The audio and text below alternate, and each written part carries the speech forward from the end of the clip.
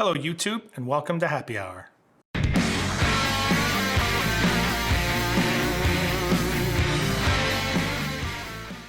Hello everyone, welcome to Happy Hour. Today I've got another Scotch review. Go figure. I've been kind of heavy on the Scotch lately. I do want to do some bourbons and some Irish pretty soon, but I've got another real interesting bottle I've been looking forward to, and that is the Naked Grouse. So I've read some pretty incredible things about this. Not a lot of reviews I've read that were bad about it. It's supposed to be quite a sherry bomb. Again, it's relatively inexpensive. It's near me here. It was $29.99, so $30 for a blended malt. So this isn't a normal blended whiskey. There isn't grain whiskey and malted whiskey. This is a blend of single malts. So this is the Naked Grouse. Famous grouse everybody's probably heard of. The Naked Grouse, I think they've kind of branched out and created their own brand called the Naked Grouse. So that might be interesting in the future. They may come up with some different types or styles of whiskeys, but right now it's a blended malt. This is the Edrington Group, I think, owns Famous Grouse and Naked Grouse, Macallan's and the Glendronachs and Highland Park. So you got to think there's some pretty high end, Highland Park and Macallan. From what I've read a little bit about this, there's at least a lot of rumors at best, or at worst rumors, that there's quite a bit of Macallan's and Highland Park in here, and maybe some Glendronach since they own it as well. Who knows? But again, for $29.99 for $30 to get a blended malt with some pretty good lineage, I'm pretty excited to taste it. So let's jump right in. I gotta get a knife, hang on. All right, let's get this plastic off the top here. And let's dive in. All right, so first, before we pour, Naked Grouse is 43% alcohol, so not bad either. It's obviously very, very dark in color. You can tell this is quite sherried. Let's see what we got. It's a nice bottle too, I like it. Wow, and a heck of a cork. All right.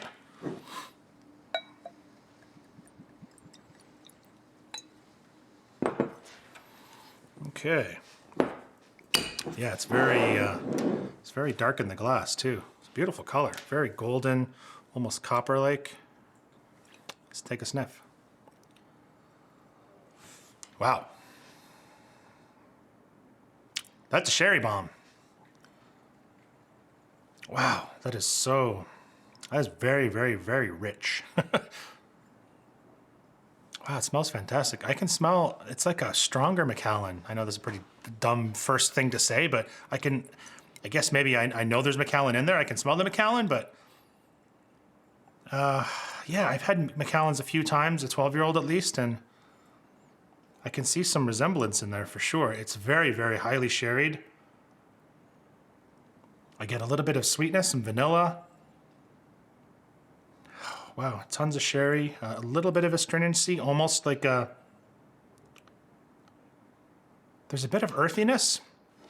I don't know if it's like dark chocolate. When I say dark chocolate, I usually think of like almost like a baking chocolate, like unsweetened dark chocolate.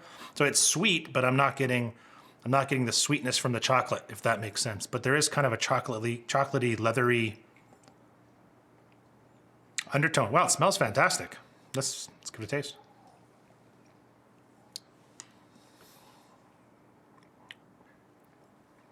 Wow.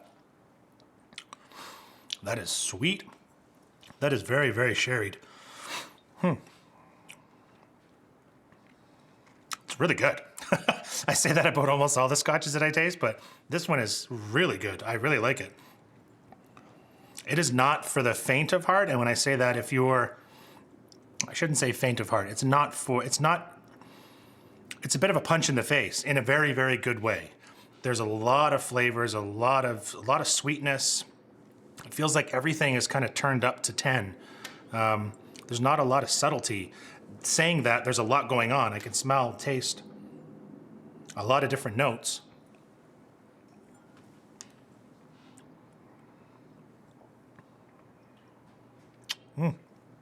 Wow. Very sherried. I do get, it's a bit of a dryness on the end. Again, kind of a little bit of a baseball mitt, kind of leathery thing going. I do get that kind of that dry chocolate again. So like the unsweetened chocolate. That is pretty, that's pretty awesome. I'm stoked about that. Again, 30 bucks for a blended malt of what we think is pretty high pedigree. That's a winner. You know what I want to do though?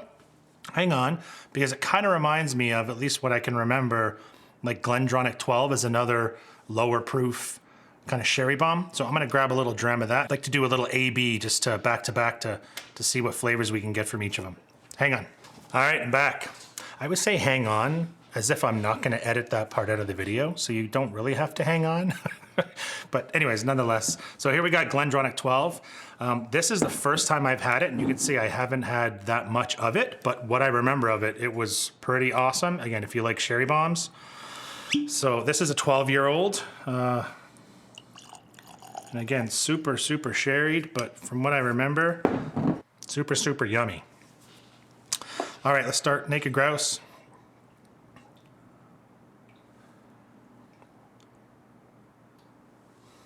Okay, yeah, it's great. Oh, interesting. So there's a little more fruity notes on the Glendronach. Like red fruits and maybe even a little bit of apple on the nose. Wow, that's really good. I remember I liked it a lot.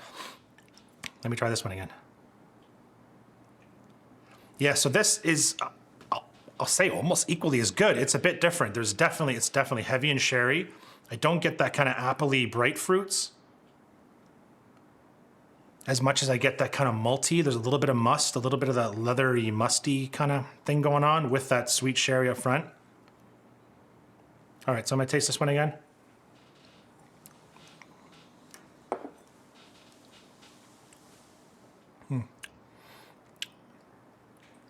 Yeah, I could drink that all night. That's really good. Let's get a little water here.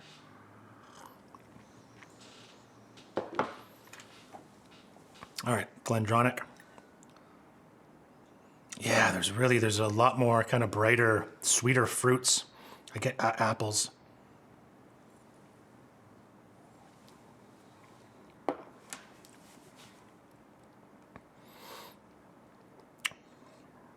And actually the taste is quite similar to the smell on the Glendronach. I feel like there's a little more going on in the Glendronach. There's a higher, fruitier notes, the apples, a little bit of the red berries. You still get that mustiness and the sherry, that upfront sherry punch. So again, I always talk about price points because I think it's important. So the Naked Grouse is in my area $29.99, and the Glendronach 12 I think was like 65 bucks. So is it twice as good? Well, that's subjective, right? I guess if I was looking for something a little more nuanced, something where I was maybe doing a tasting or hanging out with some friends that were also kind of scotcheroos, as my wife would say, then the Glendronach might be a little more enjoyable to kind of be able to pass around some notes and talk about it and try to find different scents and flavors and stuff like that amongst each other. But and I could drink this by myself all night as well. But yeah, the famous grouse for $30. It's pretty, there's a lot going on. It almost seems like, I don't know how, I can't think of a good analogy, but it's kind of like, you know, eating out at a restaurant in the US. You know, you go to a great steakhouse and it's like just tons of awesome food piled on your plate. There's nothing subtle about it. That doesn't mean it's bad, obviously. Like all the things you're eating are friggin' amazing, but it's like almost a little overwhelming. Yeah, so that's kind of what I'm getting from this. There's nothing subtle about it, but it's really tasty. If you like that sweet sherry bomb with a little bit of mustiness in the bottom, you can't go wrong for 30 bucks. So, two good buys again. I just keep every bottle that I have in my cupboard, I pretty much love one way or another. Or I should say at least like. I've said that before in a couple of my videos, but it's true. It's just finding, again, which ones you like more than others. And I love doing these comparisons A/B of similar types of whiskeys just to kind of get some ideas of what you like more. It's all a journey. Anyways, thanks for watching. Please subscribe if you want to see some more videos, and Thanks for watching Happy Hour. See ya.